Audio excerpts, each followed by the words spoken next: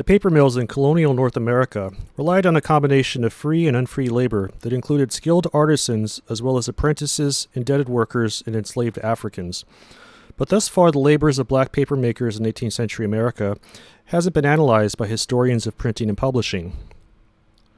Studying the business archives of early American paper mills has helped me start to recover the importance of racialization for the material substrate, namely handmade paper, that is the basic ingredient of all books, newspapers, pamphlets, and the like. Clean white paper was prized by printers, authors, and readers for its aesthetic properties, and recent work by Jonathan Senchen has explored how the whiteness of the page came to be aligned with the racial category of whiteness itself. However, I want to point out that all this white American paper wasn't necessarily manufactured by white people, and my talk is centered on a paper mill located outside of Boston from the period of the American Revolution. My research was conducted at the American Antiquarian Society, thanks to a fellowship from the National Endowment for the Humanities. Seen here is a piece of paper from the mill in question, which was owned by James Boyes of Milton, Massachusetts. This promissory note has an engraving designed by Paul Revere, who worked closely with John Hancock's Provincial Congress to produce colonial currency and bills of credit. The Boyes Mill at Milton supplied some of the paper used for documents like the one seen here, and note that Revere specifies that the bill was printed on American paper. The bill of credit also features, ironically enough, a Native American chief bearing a staff topped by the Liberty Cap. How do I know that the Milton paper mill relied on black laborers? Two newspaper advertisements mention that the Boyes Mill included as part of its property an enslaved man named Caesar. Caesar is first mentioned in the 1773 advertisement shown at the top of the slide.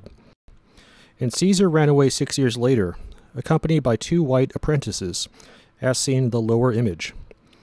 In the 1779 runaway ad, Caesar is explicitly described as belonging to the paper mill. Caesar was either physically abused or suffered some kind of injury at the paper mill, based on the advertisement's description of Caesar's, quote, very crooked shins, which are lately scalded, end quote. Such an injury could have been caused by a number of tasks at a paper mill, such as the boiling vats of animal scraps and hoofs that every paper mill needed to produce the gelatin sizing that prepared freshly made white paper to accept and retain black ink. But Caesar wasn't alone, and I want to talk about another African-American paper maker, a free black man named James Moody. In the business records of the Massachusetts paper mills, I have found several documents proving that James Boyes and his partners kept this man in a state of perpetual debt, legally binding him for years to make paper at Milton during the Revolutionary War.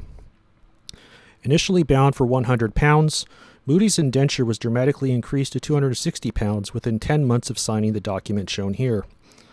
There are many things to say about Moody's story, but since time is short, I'll mention in passing that the indenture form itself is heavily redacted, and the black lines seen here speak to the ways that owners of paper mills manipulated paperwork and paper documents to trap someone like Moody in a state of bondage that resembled slavery. Also like Caesar, James Moody ultimately decided to run away from the paper mill, and he did so in spectacular fashion, hiding himself aboard the USS Alliance in 1780. This is a contemporary painting of the Alliance on its return voyage from France, at a time when Moody would have been aboard the 36-gun frigate. How could we infer this?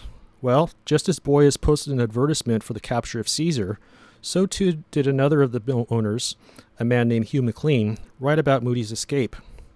The American Antiquarian Society has a letter from Hugh McLean to John Hancock requesting that Moody be forcibly returned from the Alliance where he had been in hiding. Neither Hancock nor the ship's captain cooperated, and Moody consequently sailed to France with the Alliance in February 1781. This means that a runaway black papermaker ended up among the crew of one of the most celebrated ships in American naval history. He participated in sea battles, since the AAS also has a manuscript letter in Moody's own hand, where he acknowledges that he served on the Alliance and took part in battles that netted prize ships and prize money for him.